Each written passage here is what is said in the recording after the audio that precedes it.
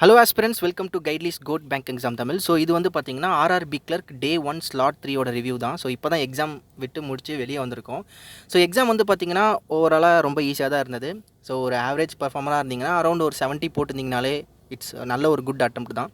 இப்போ நீங்கள் பிகினராக இருக்கிறீங்க அப்படின்னா நீங்கள் ஒரு 62+, ஸோ அந்த ரேஞ்சில் போட்டிருந்தீங்கனாலே அது ஒரு நல்ல அட்டெம்ப்ட் தான். ஓகேவா? ஸோ ரொம்ப பயப்பட தேவையில்ல. எக்ஸாம் ஸ்லாட் 3 ரொம்ப ஈஸியாக தான் வந்திருக்கு.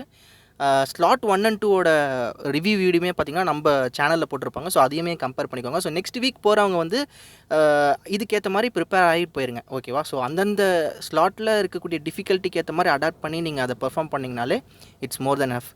ஸோ நீங்கள் என்ன சொல்கிறீங்க? எக்ஸாம் பொறுத்த வரைக்கும் மேத்யூ ஈஸியாக தான் இருந்துச்சு. ப்ராக்டிஸ் மட்டும்தான். அதுவும் நம்ம சைட்டில் நீங்கள் ப்ரிப்பேர் பண்ணியிருந்தீங்க அப்புடின்னா சொல்லவே தேவையில்ல. ஏன்னா எல்லாமே வந்து நம்ம ஒரு ஸ்டெப் கொஞ்சம் அதிகமாக தான் வச்சுருப்போம்.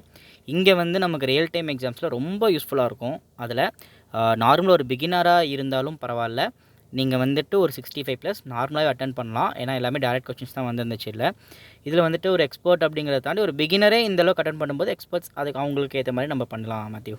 சரி, இது நான் ஒன்று சொல்லணும். நம்ம கைட்லி லைவ் டெஸ்ட் போட்டிருந்தாங்களே, 2 லைவ் டெஸ்ட் கொடுத்துருந்தாங்க. அதாவது டே 8ஆம் தேதி வந்து 4 ஸ்லாட் இருக்கலாம். அதுக்கு முன்னாடி 2 லைவ் டெஸ்ட் கொடுத்துருந்தாங்க. அதே லெவல் தான் எக்ஸாமில் இருந்தது. ஸோ அதில் நீங்கள் என்ன அதோட ஈஸியாகவே இருந்தது. ஸோ அந்த லைவ் டெஸ்ட்டுமே ரொம்ப ஈஸி தான். ஸோ அதில் நீங்கள் பண்ண பர்ஃபார்மன்ஸே இதுலேயும் வந்திருக்கும். ஸோ ஓவராலாக exam easy. So around 65 to 70 it's good attempt for இந்த ஆவரேஜ். அதுக்கு மேலே இருக்கவங்க பிகினராக இருந்தீங்கன்னா ஒரு 62+ போட்டிருந்தீங்கனாலே ஒரு நல்ல அட்டெம்ப்ட் தான். ஸோ எஸ் கை. ஸோ மற்ற ரிவ்யூவுமே பார்த்திங்கன்னா நம்ம சேனலில் இருக்குது, மறக்காமல் பார்த்துருங்க. ஸோ எஸ், மறக்காமல் நம்ம சேனலை சப்ஸ்கிரைப் பண்ணிடுங்க இந்த மாதிரியான அப்டேட்ஸ்லாம் தெரிஞ்சுக்கிறதுக்கு. Thank you so much guys. Take care. Bye. Okay guys, all the best for next week. எழுத போகிற எல்லாத்துக்குமே ஆல் தி பெஸ்ட். நல்லா ப்ரிப்பேர் பண்ணுங்கள்.